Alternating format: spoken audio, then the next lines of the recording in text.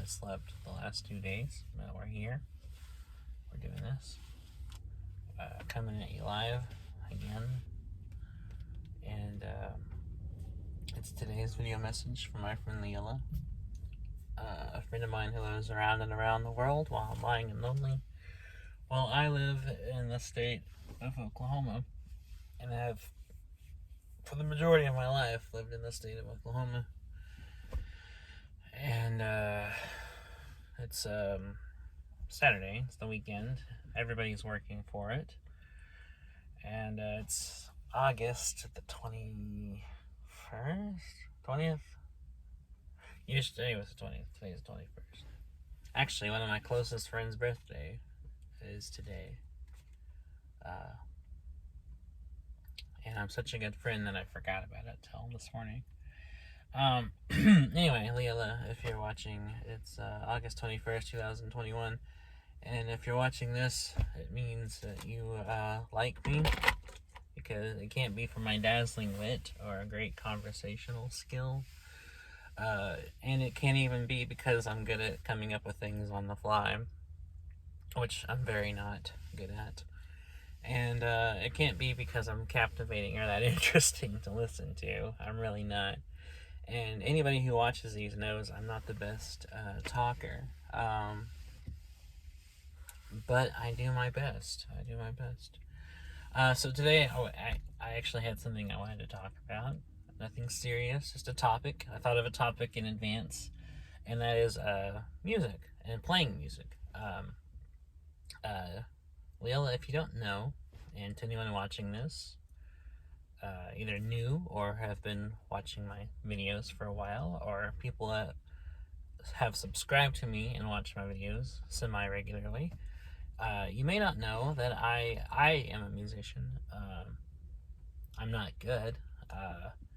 I'm decent at best. But I love doing it. I love playing music, and I always have loved playing music. And honestly, I think it came to me naturally because I've always been a die-hard lover of music. I've always been a hardcore musophile, and my whole life, or as long as I can remember, music has always been present. It's always been very much around me, and I've always been very much aware of it, and I've always had a deep love for it. For as far back as I can remember, my entire life, I've always had a deep love of music. I've always loved listening to it and hearing music and discovering new music. And I remember being very young and like watching movies, and like the soundtracks and the songs that would be in them would affect me. And I remember even, at the age of like 3 and 4, being very conscious of it, being very aware of the music and movies and TV shows, and not just like theme songs or songs that appear, but even just like the orchestral stuff, the soundtrack work. I was very much aware of. When I was a kid, I had a copy of Snow White on VHS that I wore out watching it endlessly. And the music in that was very vivid to me. And I'm not just talking about the songs, like Someday My Prince Will Come, or, Hi Ho. But even just the soundtrack, just the orchestral music that heightened the scenes.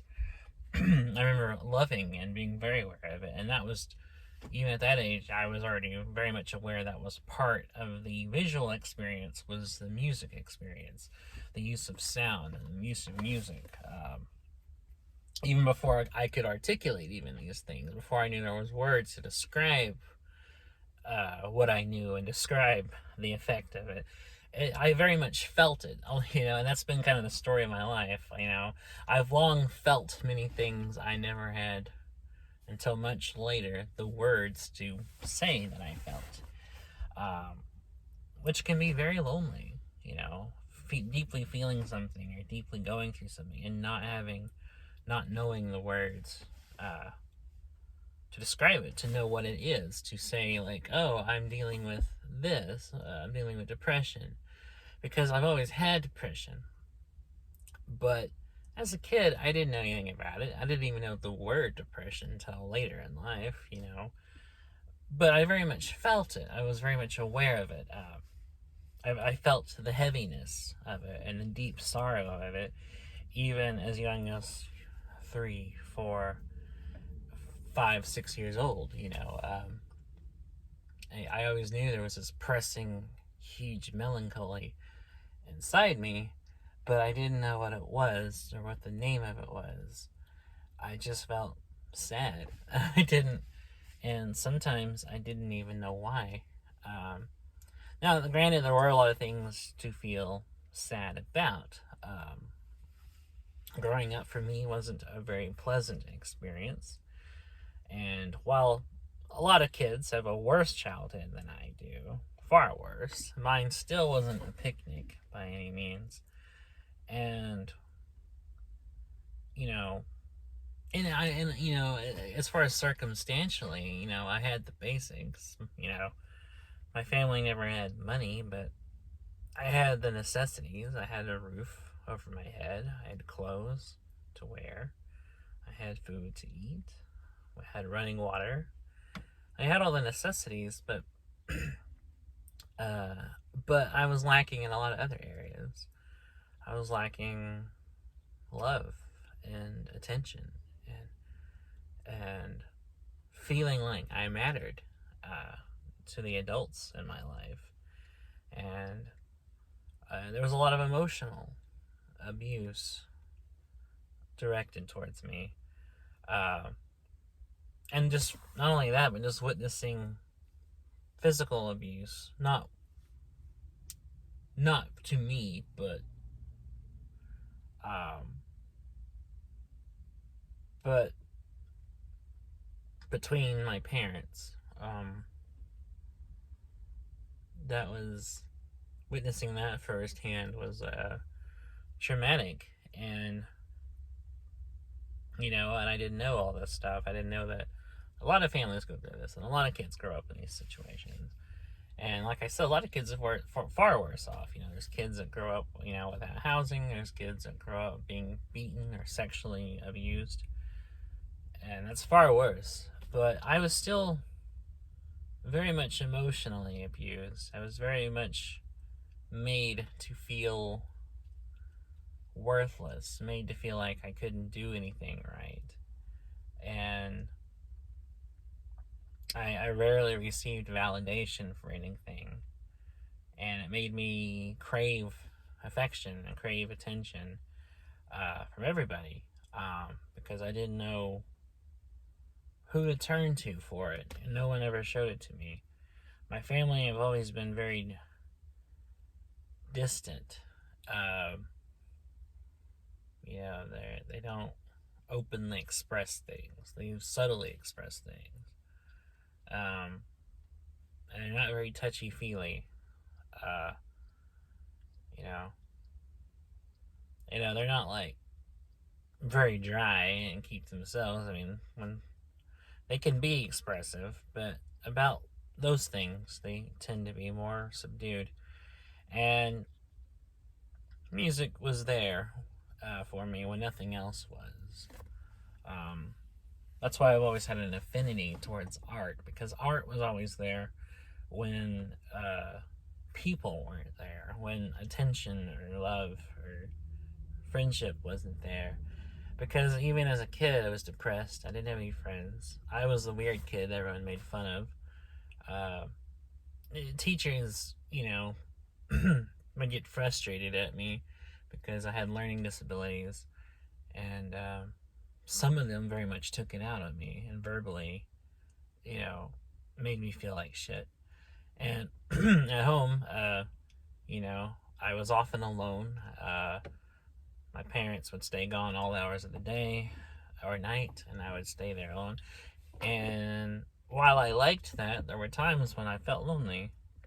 And then when my parents were home, either one of them was slapping the other one around and beating the hell out of them, or of the other one, or they both ganged up on me to talk shit to me and make me feel like I was just a burden.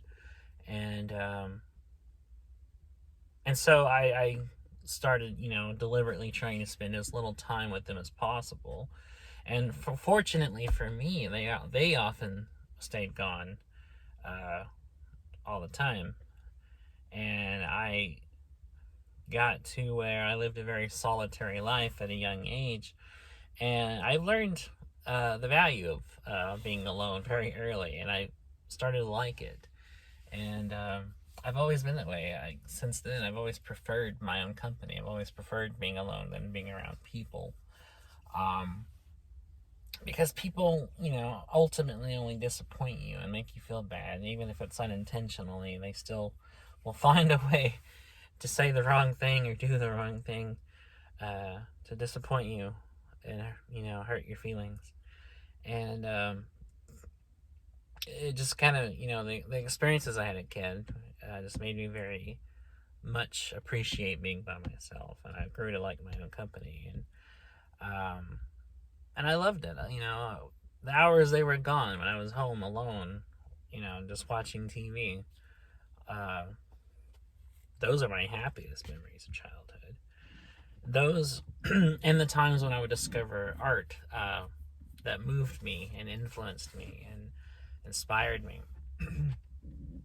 Because even at a young age, I was already very much a fan of art. I was very much a fan of paintings by people like Dali and Edward Hopper and Paul Klee, and I was very much a fan of Dr. Seuss. I read his books voraciously, and the worlds he created out of his rhyming poetry and his very distinct illustrations were captivating. I was very fascinated by this guy and the stuff that he created because it was so weird. I had never seen anything like that before or even since.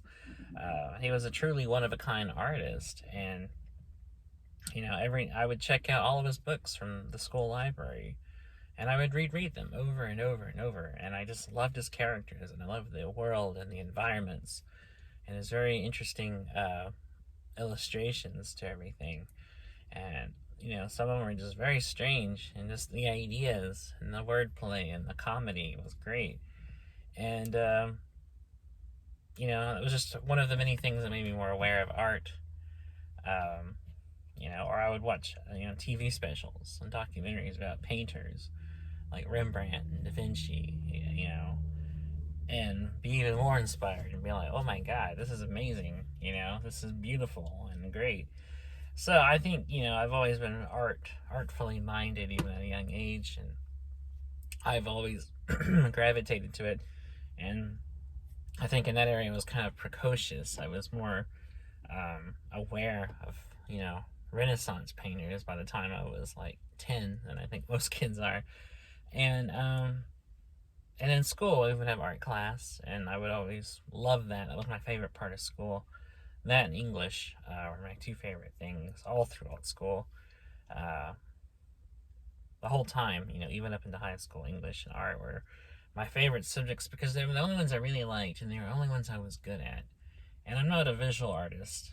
Well, I am a visual artist, but I'm not a good visual artist by any means. But I still love doing it. I love the process of creating art. I love the process of drawing or painting.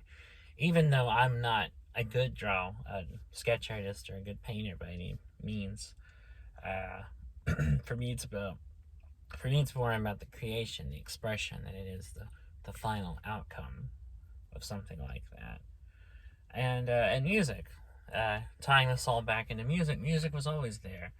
There was the soundtracks and the movies I would watch, because I had a lot of Disney movies on VHS. I wore out watching them, and I remember all the songs and the music in those. And I remember hearing songs on the radio in the car, because my parents were very much classic rock people, and that started me very young liking a lot of classic rock. And I remember hearing songs like Don McLean's American Pie and being blown away by it. I was like, whoa. Not only just because of the sheer expression in his voice and the poetry of the lyrics, but just the ambition of the song, how long it was, and all these vivid poetic images that he's spitting out there, and and just the catchiness of the melody. And I remember being young and not knowing anything about what it was talking about, vividly, literally picturing all these things he's describing, like, the devil laughing as fire rages in the night, and then picturing, a king and queen with a crown, um, picturing, like, people playing baseball, and picturing some kids dancing in a gym. Stuff, just very literally picturing all this stuff, and I remember the imagery of that song always sticking with me. Um, and it wasn't even until much, much, much later that I learned what the meaning of that song was, and that these were all metaphors for the 60s, and realizing that everything he was talking about sprang out of the end of the 50s and the end of the early era of rock and roll, and about how the day the music died, referring to the death of Buddy Holly. And at a young age, I remember hearing the Beatles, and like every kid, that discovers them, thinking, "This is amazing, this is great," And I watched, the Ed Sullivan performance, and saw a bunch of other stuff about them, and I saw documentaries about them, and I remember thinking, "This is great," and I, grew up on their music. And while I'm not as into them now, and for the most part find their music bland, at the time when I had little else to compare it to, it was so interesting and so different, and I was really invested in the emotion of it as a kid. Um, because, while I'm much more aware of music and know a lot more about it and know about the cultural stuff and have far more exposure to music since then, their music doesn't affect me the same way, uh, and I can hear, the datedness of it. Whereas as a kid, it was fresh, it was new. I hadn't heard anything like it. So I mean, like every other person, yeah, you start off as a kid, you hear it for the first time, and I think like most kids, there's a sense of wonder to it. And I remember hearing other stuff that just blew me away. I remember being a kid when I would ride, my parents would drive around, and sometimes I would be with them, and we'd drive around back roads and stuff.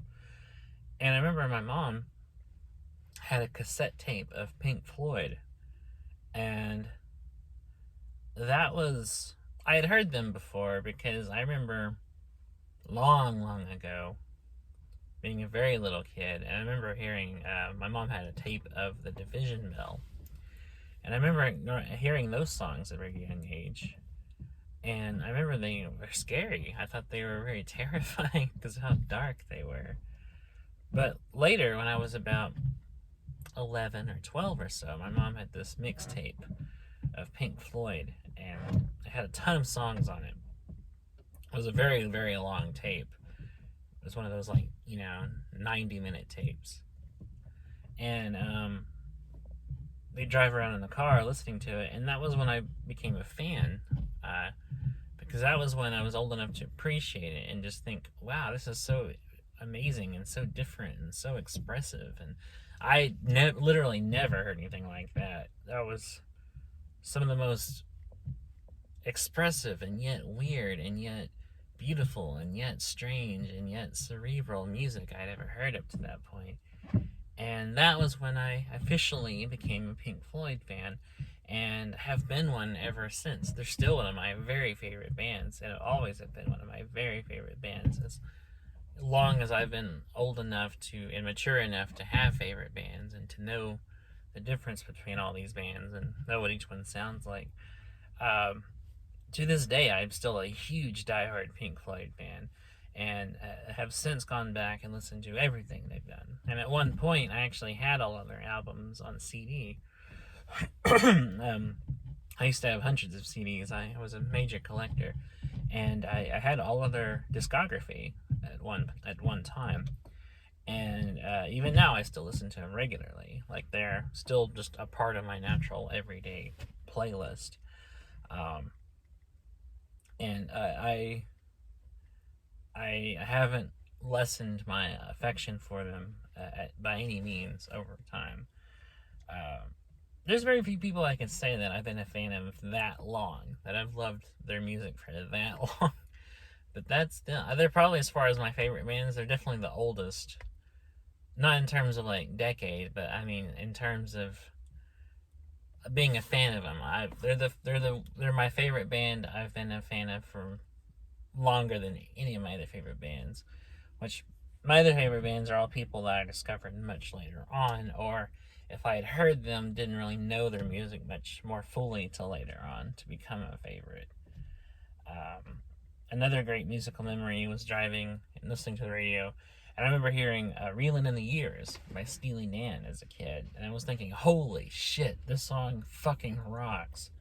Which is an opinion I still have today. I still think that song is killer. I've always thought that song was killer, and I will forever think that song is a killer tune. I adore that song, but hearing it for the first time on the radio as a kid, it just blew me away. I was like, holy fuck, this is awesome. Just, oh my, just everything. And I still, even now, think it's a perfect song. It's the perfect combination of elements. It has great satiric songwriting. It has great lyrics that are very sharp, clever. I love the guitar tone. I love the solos. I love the piano melody going on. I love Donald Fagen's voice as he's singing it and the emotion that he puts into it. Just everything, right? Everything from the individual instruments, everything from the bass to the drums to all the guitar parts. It all just fits together seamlessly to be this perfect, like, rock song. And it's just kick ass. And the guitar solos in it, like I said, that I believe are done by Jeff Skunk Baxter. I believe he was the one that did the solos on it. Are just flawless. And when I grew up, I jumped into Steely Dan and listened to all their stuff, and they have since become a favorite as well. And at one time, I had most of their albums. I think I still do somewhere. I think I still have all their albums on CD. And they're definitely another band that I listen to regularly, even now, because Steely Dan are just, top tier songwriting, just top tier, music. And Donald Fagen and Walter Becker definitely were craftsmen.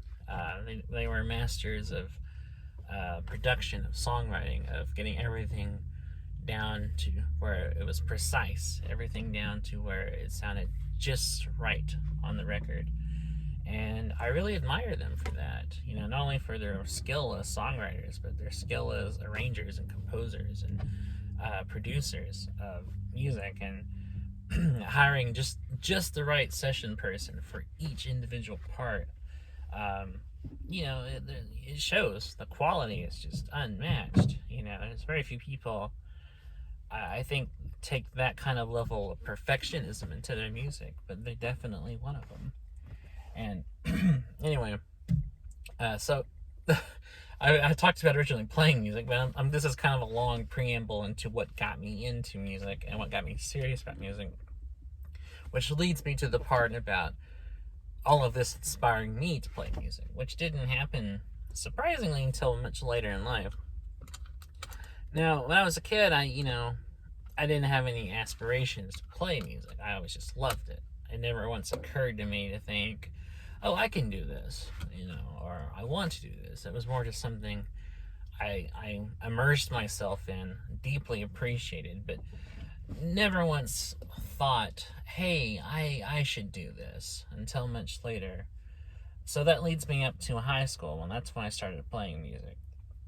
So when I got into high school, being a huge fan of stuff, and getting to all these bands, and discovering a lot more music, and really being the start of my education in music, and teaching myself stuff, and discovering artists, and discovering bands, and discovering genres in music, and really just diving into all of that.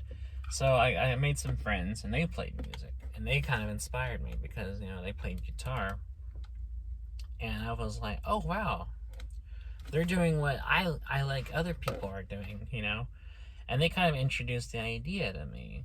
When I saw them do it, I was like, hey, I want to do that. It was kind of watching them play, because they used to always bring their guitars to school, and they would play during lunch.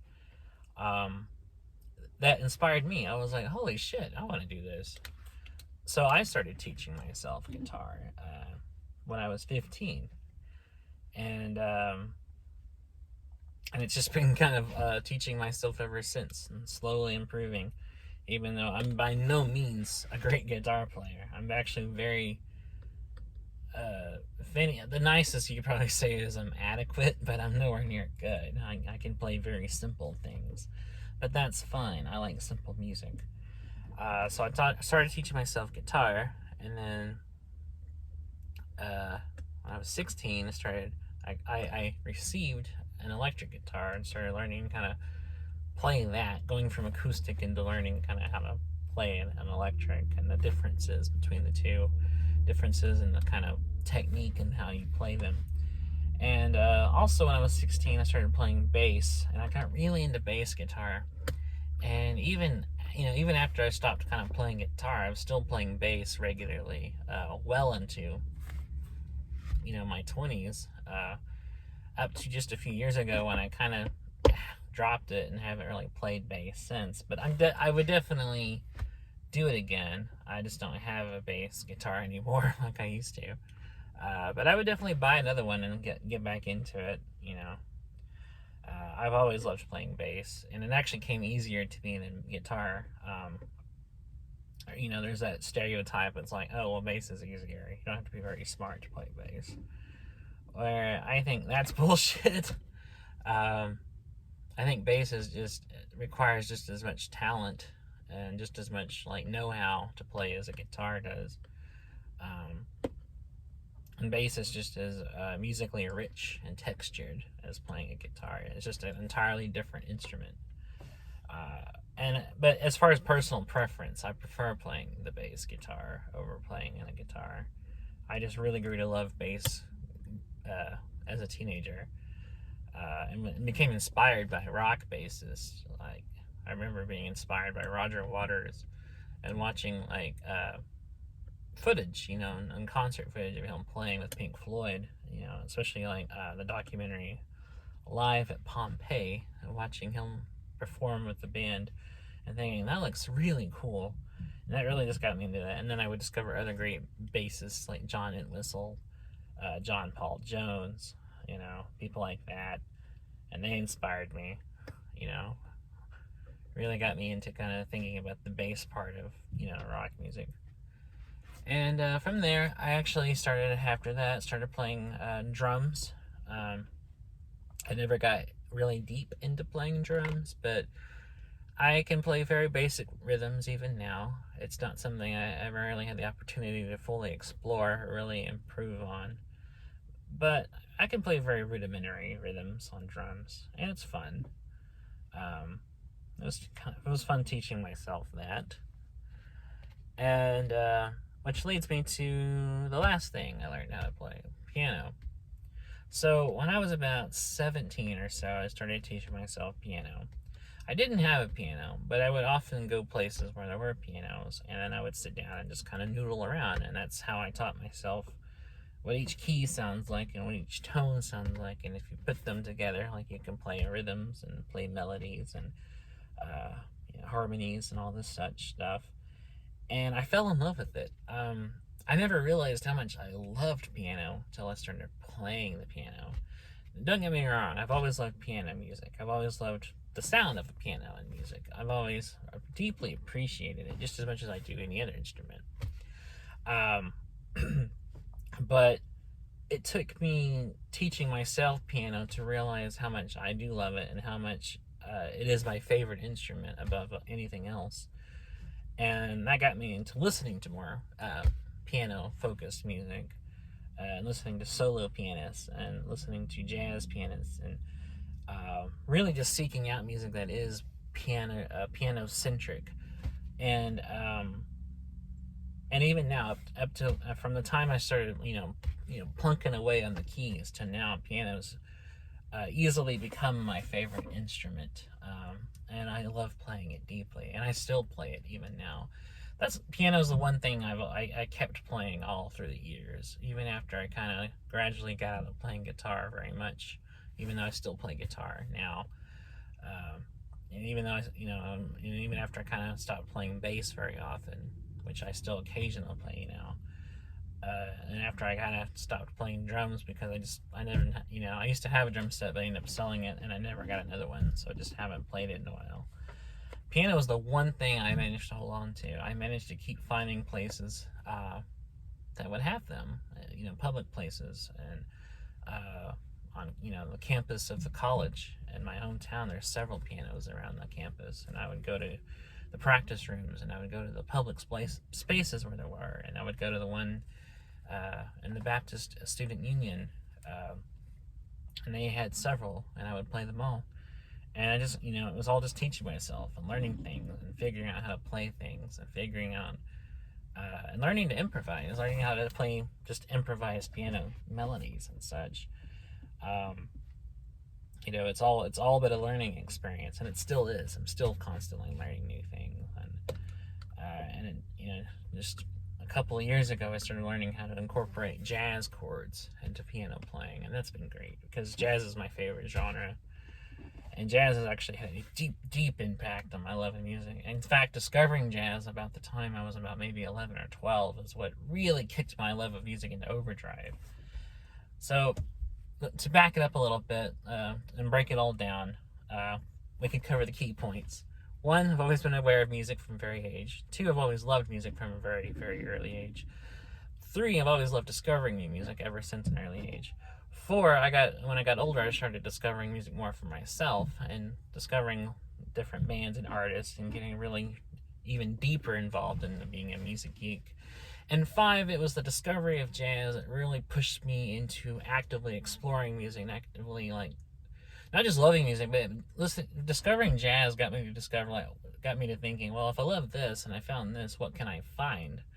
It actively got me started looking for music instead of just letting music happen to me and loving it.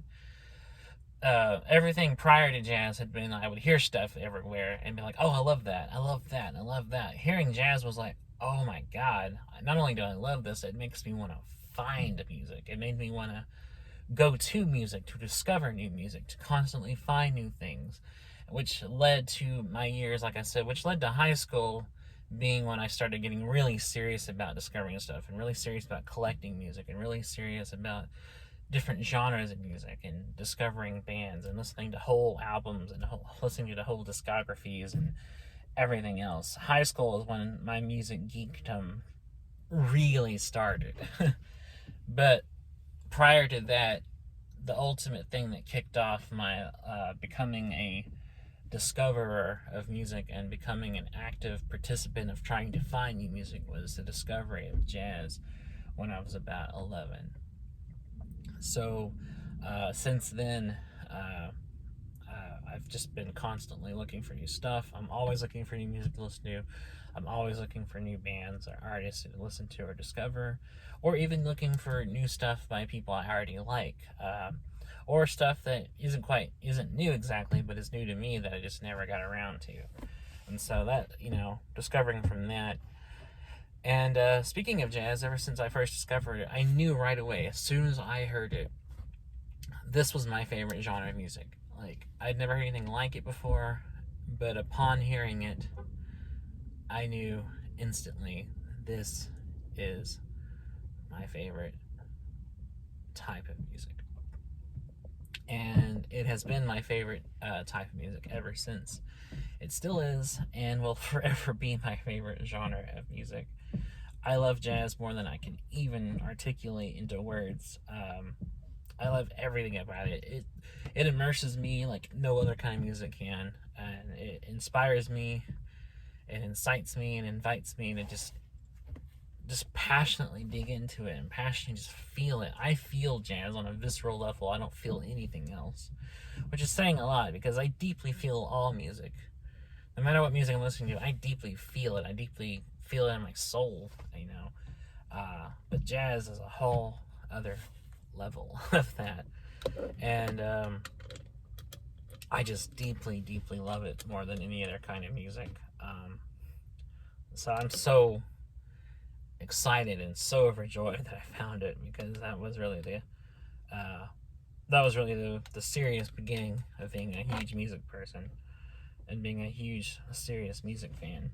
So, and and playing it is just as fun as listening to it. You know, when I started playing instruments, even from the beginning, I taught myself to to play jazz rather than melodies and stuff. And even now, when I'm playing piano, I play jazzy stuff. So, you know, tying this all up, playing music is the best. I love it, and you know, I think it comes naturally to people that are huge music people. Anyway, I think that's kind of the next logical step, is from being a music lover to being a music player. Which is not to say that everyone does. I mean, there's people that can seriously love music, you know, as deeply as everyone else does, but still not want to play, or still feel like they're not talented enough to play music. And I understand that. I respect that. But I think for the most part, you know, people who are musicians start off as being deeply enamored by it enough to want to learn it and want to play it. And even though I'm nowhere near, you know, I'm definitely not a great musician. I'm not even that competent of a musician, and I just do it for the joy of it. That's why I do anything I do. I do it for the love of doing it. You know, I'm not necessarily doing it to be like, oh, I want to be the best at this, or I want to be the greatest, or it's just I really love doing it. The sheer passion for it makes me do it, whether that's, you know, photography or drawing or singing or writing or anything else. You know, some of those things I'm good at, some of those things I'm not, but I do them all because I'm passionate about doing them, and that's why I do anything. Anyway, sorry, that was very long-winded. Oh, I'm talking so much I'm getting hoarse. So yeah, playing music's fun. And I was gonna ask you, do you play anything, Lilla? Do you play any instruments? I can't remember if I've asked you this before or not. If so, I apologize. I'm very curious. I want to know. And if so, I'd love to hear you play something like a piano or a violin or something. Um, I would love to learn more instruments, actually. Maybe someday I will. I would love to learn how to play a banjo or a mandolin or a violin or something. Or a brass instrument. I've always wanted to know how to play a brass instrument. I doubt I have the lung capacity for it, but it would be great. I would love to learn how to play the saxophone. Saxophone's like my favorite woodwind or brass instrument. Woodwinds would be good to play, like a flute, a clarinet, something like that. But anyways, I'm talking forever. I'm sorry to ramble on so long. I just love talking about music. I know it's always the one thing I can talk about for a long time, and when I talk about it, these videos are very long. They're longer than the others because I just get on a roll about it, and it's, you know, it's what I'm passionate about. Music is, to me, the most serious thing in the world. Like, I treat music like with a high reverence. I don't think I have reserved for anything else. It's my life. It's my world, and I fucking love it. So yeah, anytime I talk about music, I know these videos are gonna go on a while, and if that's boring, I'm really sorry. I'm really, really sorry. I feel like actually the music videos where I talk about music are actually the least boring, because I feel like, I don't know, I feel like the passion that I bring to it probably makes it a little more interesting to watch than me kind of rambling on about, you know, incoherent thoughts, or rambling on about something not even that interesting, like what happened to me that day, or rambling on about, you know, or bitching about politics or whatever. I don't know. I always, you know, from my end of it, I always love watching people rant about music and, like, you know, have, you know, rhapsodize about it and how much they love it. Like, to me, that's like captivating viewing. I can watch somebody just talk about music all day. Like, to me, that's the far most interesting content a YouTuber can make. Music reviews, or talking about music, or talking about, you know, obscure bands or something like that.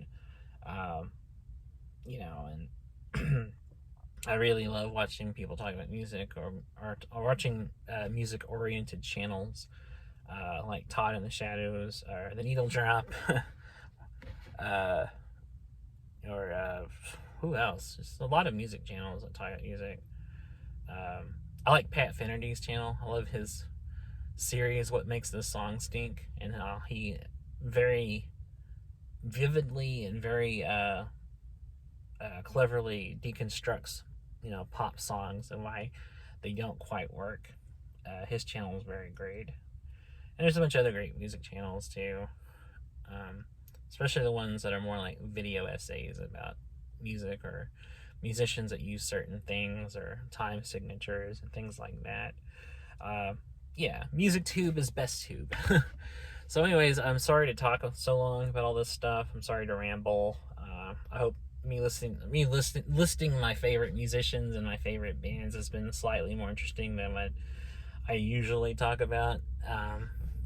But yeah, let me know if you play music, Lilla. I would love to hear from you about that. I hope you're doing okay today. I hope your day's great. And I hope that everything going on, you're able to get over, get over that hump, and carry on. Carry on, my wayward friend. And I guess that's it for today. I'll try to be back tomorrow to do another one of these. We shall see how that goes. I've been really good this month about uploading every single day. I'm really happy that I've kept up that streak. I think I missed one day this month, maybe two, but for the most part, I've been consistent this whole time. Ever since I started these, I think I've only missed maybe 1 or 2 days, so maybe 3 or 4. But I feel like I definitely upload more than I don't, so I'm doing my best to keep this as daily as possible. And I really appreciate you watching them, so that makes, that's what I do it for, so you can watch it. Like, that's the goal. That's why I do it.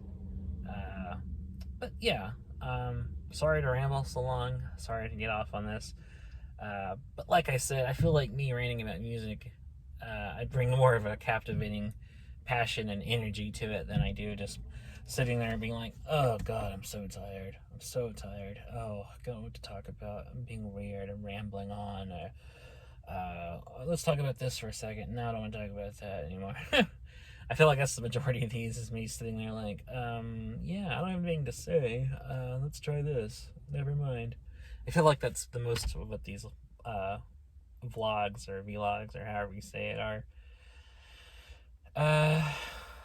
But yeah, I guess that's it for today. Like I said, I'll try to be back tomorrow. And I hope you do well. I hope you're doing okay. I hope you're staying safe. I hope you're staying happy. Or at the very least, I hope you're listening to good music, being around friends, eating good food, reading good books, things that really make life worth living. That's all any of us can do, really, I think. It's just try to do the things that make us happy. It's all we got in this world. Because, as Fiona Apple once very smartly said, this world is bullshit. And she wasn't wrong. This world is, in fact, bullshit. So anyways, yeah, I guess that's it. Starting to get hot. Starting to get a little later in the day. I'm recording this about 11 a.m., noon. And it's starting to get really hot. So I'm going to go into this gas station where it's cool, get another bottle of water, and go on with the day. And I'll be back tomorrow, like I said, to do another one of these. And I'll try to have something prepared then too, so it won't be boring. So until then, I will catch you the next time, and take care.